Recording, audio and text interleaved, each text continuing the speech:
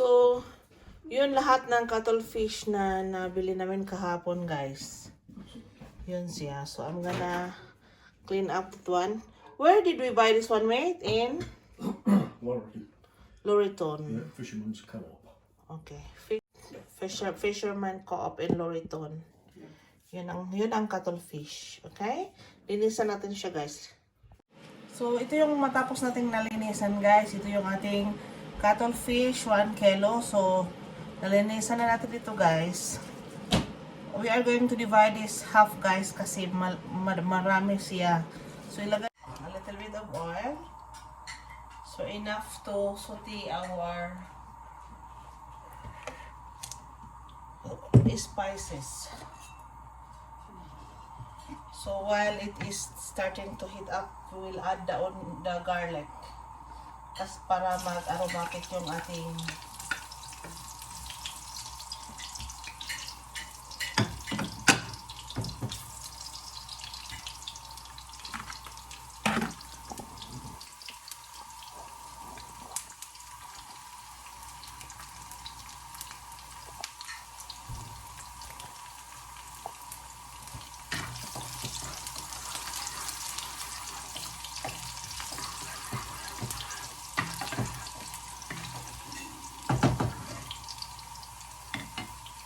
hintayin natin mag-golden brown ng ating garlic, guys. Oh, yeah. Red onion. Para tong onion.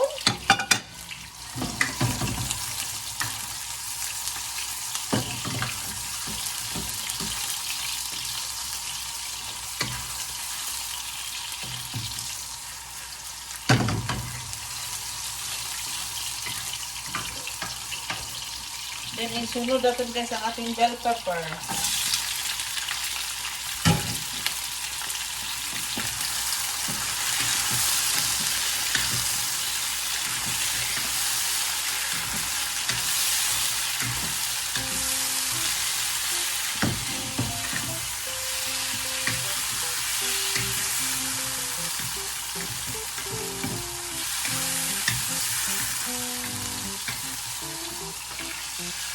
So, i-separate natin, guys, ang ating vegetables.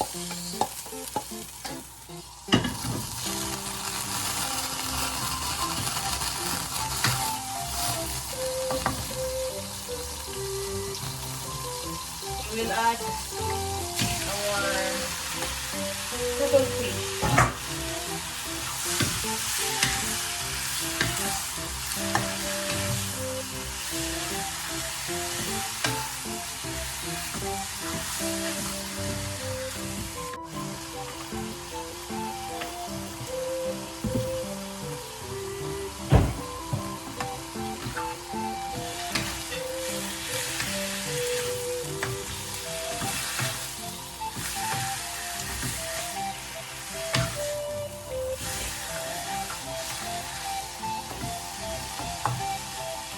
We will simmer and we will cover and simmer for 3 minutes lang para hindi siya mag-rubberize.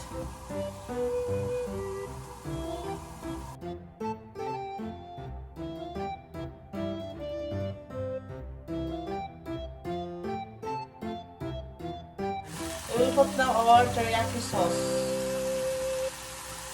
Teriyaki sauce lang ang ating pangtimpla, guys. So, tansyahin nyo lang, guys, ha? Kasi magkaiba tayo ng taste. Tansyahin nyo lang, mga baby. So, we will put back our spices. Onion, garlic, and pepper.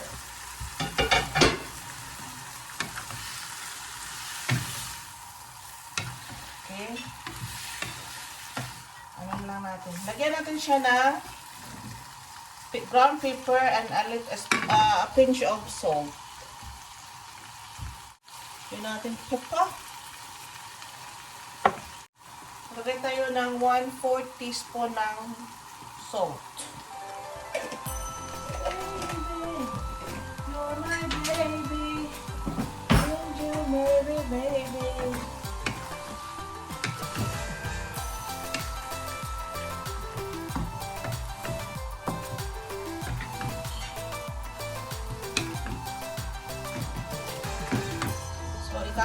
guys and simmer for 3 minutes.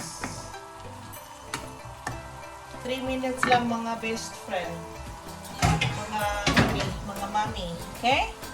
3 minutes.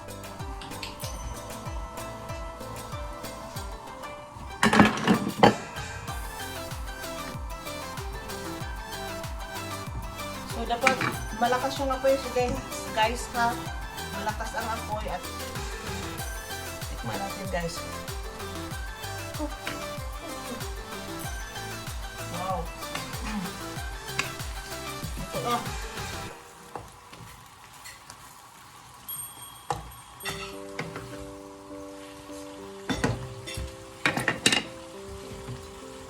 Lagyan ko siya guys ng konting cayenne.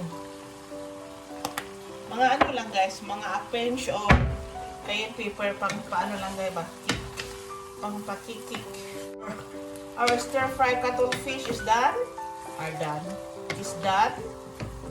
So, mag-plating sa tayo mga mami. This is now our final product, our stir-fry cuttlefish. And if you haven't subscribed to Test Home, please consider to subscribe.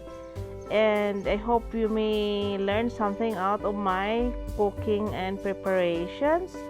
And I hope you can make this at your own kitchen. And God bless. Enjoy from my kitchen to yours. Thank you for watching, everybody. Bye-bye. God bless.